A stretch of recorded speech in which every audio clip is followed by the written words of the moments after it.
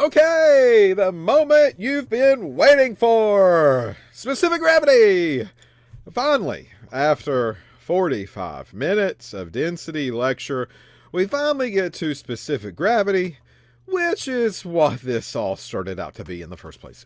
So, the story here with specific gravity is that, folks, if you've taken another science course and they have briefly mentioned, like I've said before, specific gravity, and they say, you just divide by 1, and that's how you get specific gravity. What do you divide by 1? Density. No. That's not how this works. It's not that simple. They do that for convenience, but this is really not how specific gravity is really calculated. Because my take-home message to you is density does not equal specific gravity. These numbers are rarely identical. They're always going to be slightly different at least. And in the laboratory, as we do these measurements, we're going to see how far they really do deviate from the density values. But density is where we start. Density is kind of what we're calculating in the first place. We're not dividing by 1. It's actually divided by something else that's kind of close to 1, but it's going to change our numbers slightly. And that leaves me that if I report a number that has been divided by 1, it is an incorrect number, and I'm not doing my job the proper way. So specific gravity is relative to density, but it's relative to density of water at a certain temperature and at a certain pressure. Those two things are very important. And here's where the story begins to change. Because water of 1.00 grams per milliliter density-wise is never really 1.00 in a laboratory environment, because our temperature is not ideal temperature that this measurement was taken at. And the pressure of our room is not the ideal pressure at which this measurement was taken at. We are at sea level, but that sea level pressure is slightly different than how this density value was calculated. And if I live in the Colorado state in the mountains, oh, well, my pressure is going to be totally different. And my temperatures could be totally different. And I will not get 1.00 grams per milliliter. So the problem with density is that the density values will fluctuate, and they will fluctuate based on temperature and pressure of the laboratory environment in which they were made. So I could be getting a density value, and my lab, which, by the way, very common, could be frigid cold. And we're kind of at sea level, not exactly 1 atm pressure, but, pretty close. And then, again, if I'm out in Las Vegas and I'm having a great old time giving tip money left and right and then working during the day in a lab, sounds great. But that temperature of that lab could be totally different, and that pressure could be totally different than what I'm getting here in the coast of North Carolina. So I don't want these density values to be reported, and I don't want people to go through this whole extra calculations that we're going to have to do in order to fix for temperature and in order to correct for the pressure. That, in a matter of itself, more equations, more math, more solving. Who wants to do all of that? So out comes specific gravity for these reasons. So specific gravity is going to be related almost every single time to the density of water at the same temperature and the same pressure that your sample was measured at. So I measure the density of my sample in my environment. Then I measure the density of water in my environment. And then I correlate these two together into an equation in a way, right? We're going to do a calculation with them. And that number that comes from that extra calculation that we got to do, yeah, I know it's an extra one, but only one, so it's not a big deal. Don't freak out. But that is what we call specific gravity, and that is what we report, and that's why we do it, because we are helping to correct for these fluctuations that can happen from lab to lab. So no units, and it's just a ratio. That's all that it is, and once again, normally water. So again, I'll take the density of the sample in my lab divided by the density of water in the same lab under the same conditions, and I take those two values and I divide them. This is why in a regular science course, you might have had an instructor that has said, oh, well, you just take density and you take that and you calculate the specific gravity, and that specific gravity is going to be density divided by 1. That's why they're using 1, because they are making it somewhat easy for you, because it's close to 1. It's not exactly. And it is 1 under the right temperature and the right pressure, but very often real life is not that way. So we do not divide by 1. We divide by the proper density of water at those circumstances. So a little bitty equation is going to come out of this. And this is what this little bitty equation looks like. And it says specific gravity. The specific gravity, G, of a material is just its density relative to the density of water. That's all that it is. That's that's all it is. All right, so G, capital G, this is the variable that we use for specific gravity. All right, and specific gravity equals, oh, look, the fancy little P. So this is our rho of the sample, which is the density of the sample, and rho W, which is the density of water. And we take those two values and we divide them. All right, so this is really how we calculate specific gravity. We do divide by density of water, but it is not 1, and it's always going to be probably close to 1, but it's not exact, and it's not exact. It's not 1.0000000000000000000000000000000. It's never that, okay? All right, so now we are getting ready to talk finally about USP&F guidelines on how to calculate specific gravity. And what do we use in a laboratory in order to calculate the specific gravity of a liquid? So the specific gravity within the USP&F really deals with liquids, and very rare circumstances do we do specific gravities of solids. It's something that the USP&F is probably not going to require. There's other means of measurements and quality tests that we can do on those solid products. But if it is a liquid, we can easily calculate a specific gravity, and we need a piece of glassware or an instrument in order to do that for us.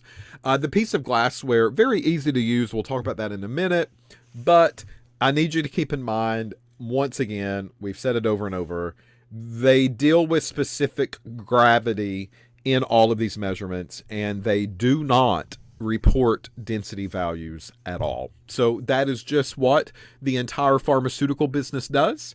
And when we are given a material like some kind of a known liquid or known liquid, and we're asked to calculate density, you're going to look at somebody and you're going to say, no, we don't calculate density in pharma. We calculate specific gravity. And I need the piece of glassware in order to do that, please. And then you might get a pay raise. And then you might not need that job anymore if you catch them in their mistakes all the time. All right, so again, most of the time we are going through the motions of calculating density. That is something that we do. But we also need the density of water, which is a very important piece that we need to add to our process in a laboratory and into our calculations. All right, so if I take a look at the monograph, I'll put the monograph up, and this, oh no, I've got to log back in. Oh, Jesus. All right, so you probably don't need to see my password, and I'm not going to show you my password. So I hope that this begins to hide it as I type it.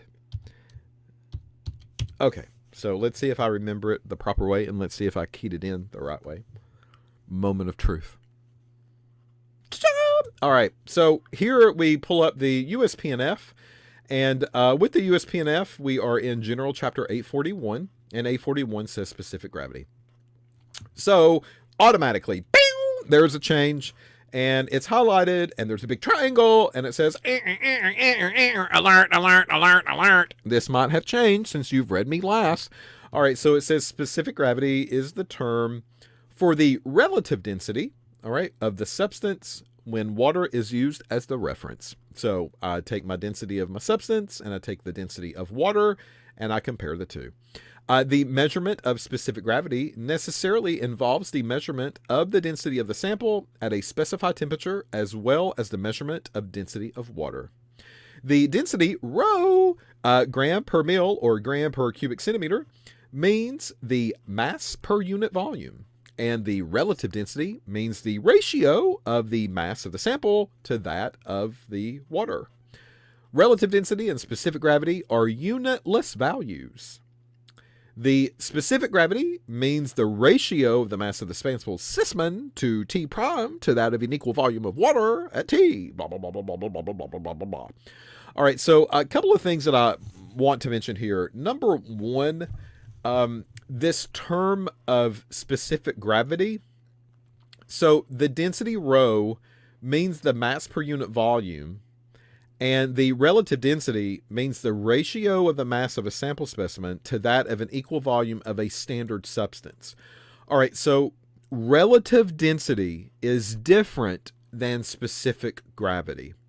Specific gravity, as defined in the paragraph up above, uses water as the reference.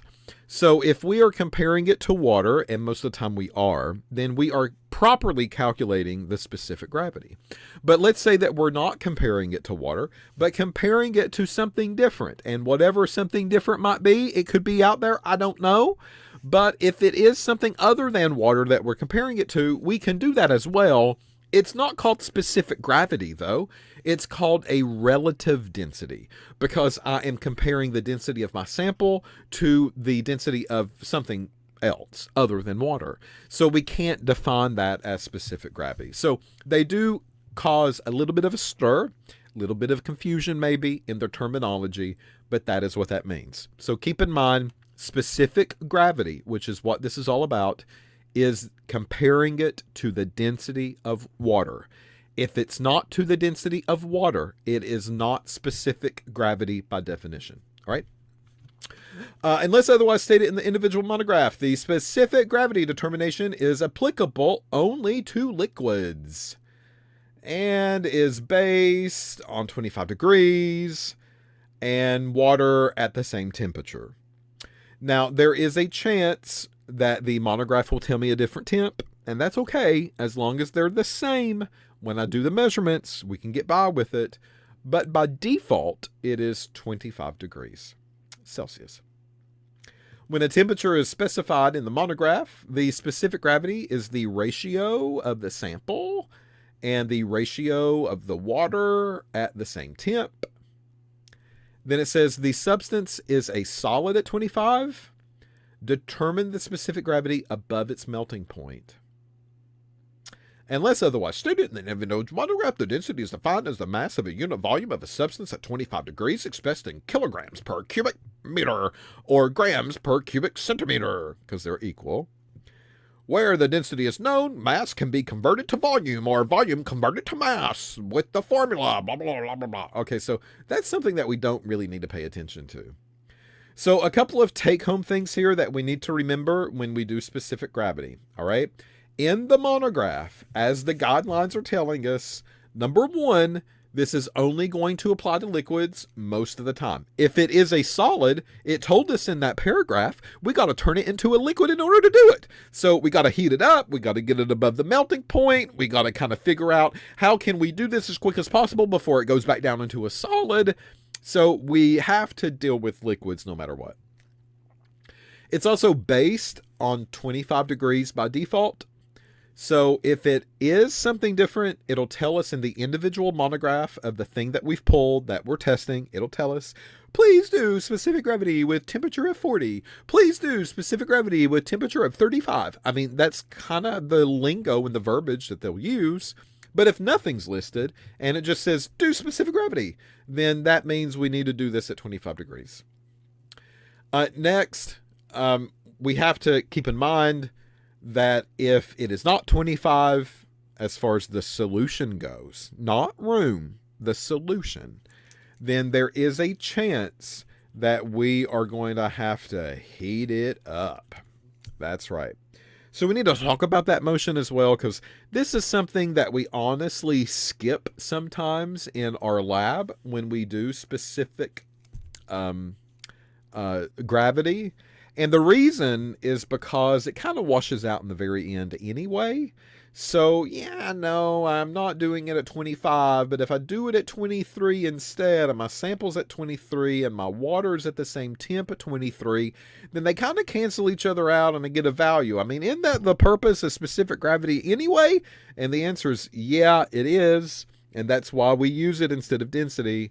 But the directions of the monograph really do want us to get to 25 as close as possible. So that could mean heat it up a little bit.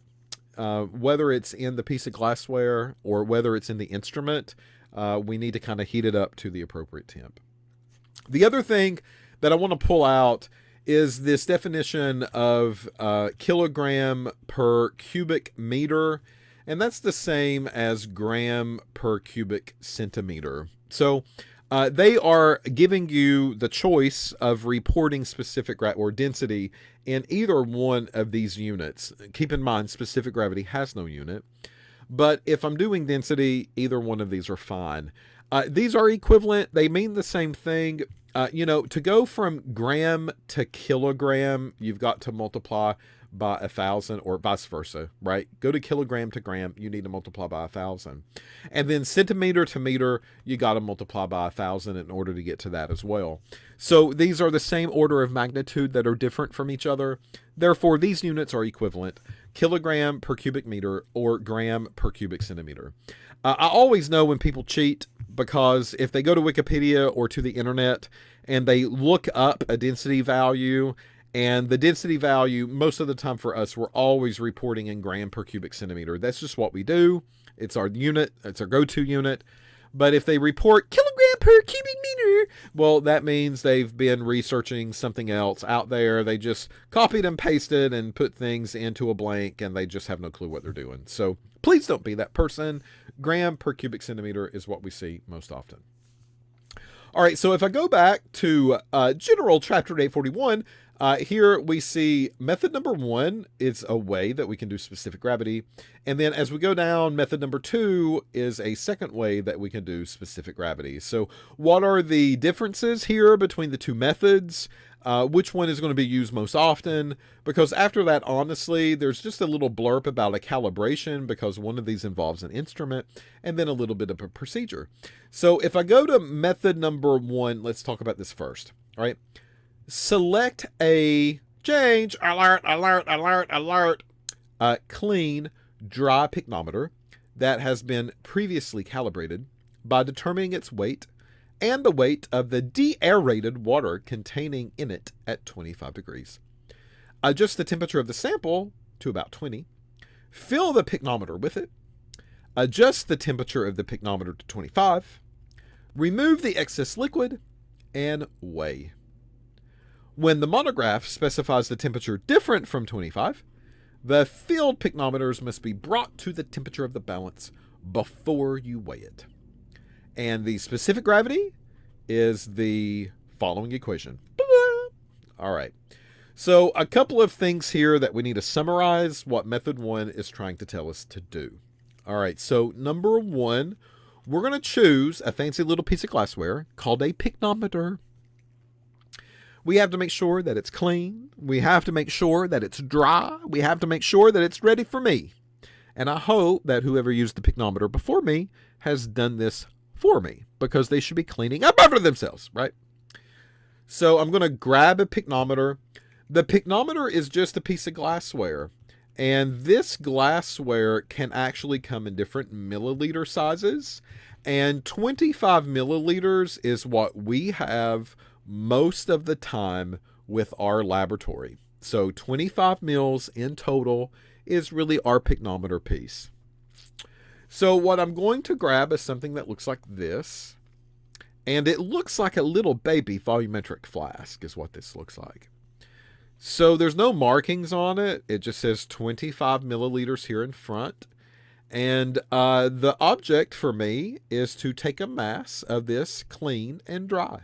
And that is the very first step. So I grab this out of the cabinet. I go over to the balance. And number one, I record the mass. All right. So once I record the mass of this empty, clean, and dry pycnometer, I then go to the next step. So the next step in the monograph says I'm going to take some water, because this needs to be in reference to water every single time if it's specific gravity. And I need to boil it. Shh. This is something that we don't do in our lab. We don't take the time to boil it. But we should be boiling it, because boiling it allows it to release CO2, carbon dioxide. You know, things can get aerated, okay? When it comes through the pipes, when it goes through the faucets, air can get incorporated in it. And we get a little bit of fizz, we get a little bit of bubble, and that comes from carbon dioxide gas. And that carbon dioxide gas takes up space, and that space is going to affect my density reads if I'm not very careful. So I want to boil all of the CO2 off of my sample. That's why we should be doing it, but we don't. All right. So once I boil it with water, I'm then going to cool it down, and I need to make sure that the measurement, if possible, is going to be performed at 25 degrees. Shh, we don't do this in our lab either. Don't tell anybody, but we don't. But I should be recording temperatures of my measurements. All right, so once I boil the water, what will happen is that I'll take the mass of this empty pycnometer. All right.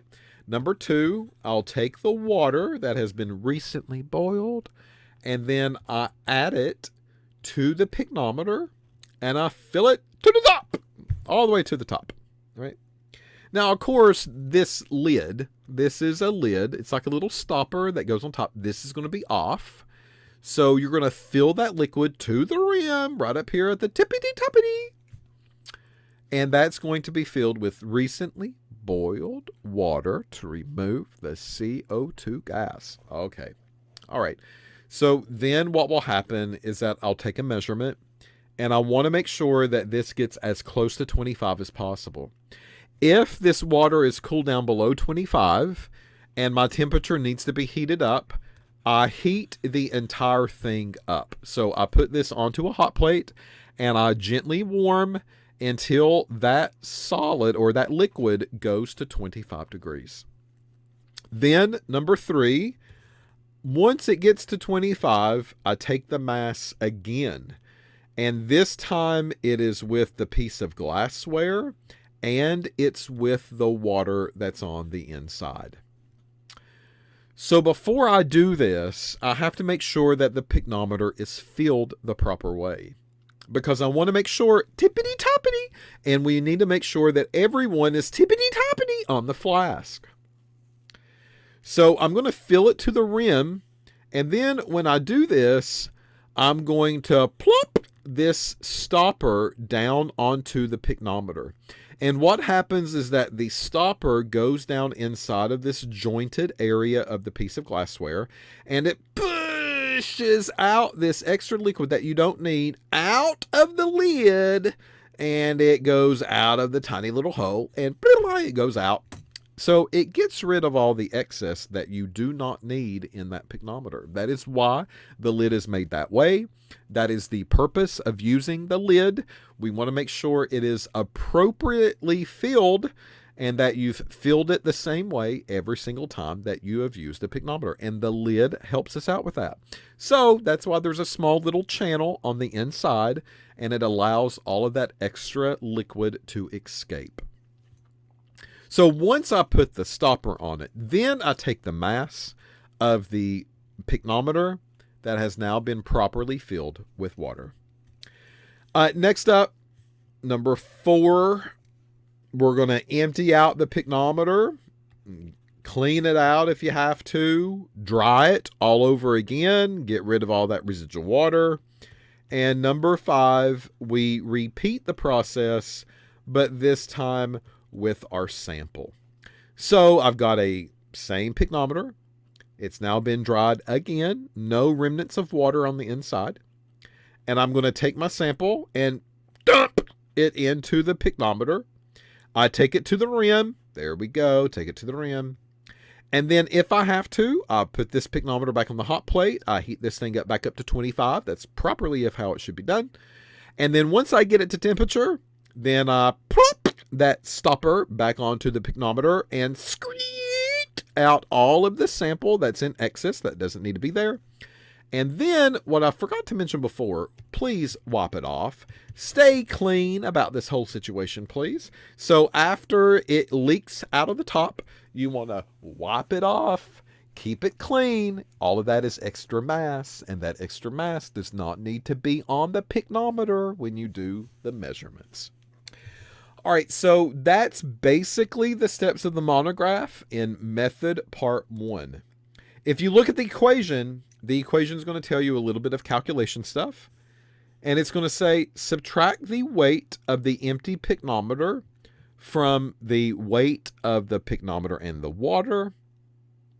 And then subtract the weight of the empty pycnometer from the pycnometer and your sample. So you will have the gram amount based on the pycnometer filled with water, and you'll have the gram amount of the pycnometer that has been filled with your sample. In the monograph, it actually doesn't even tell you to go through the motions of density. It just says take the mass of the sample, whatever gram that might be, divide it by the mass of the water. And that is going to be your specific gravity. So why did they do that? Because this whole time for an hour, I have said, divide by the density of water, divide by the density of water, divide by the density of water.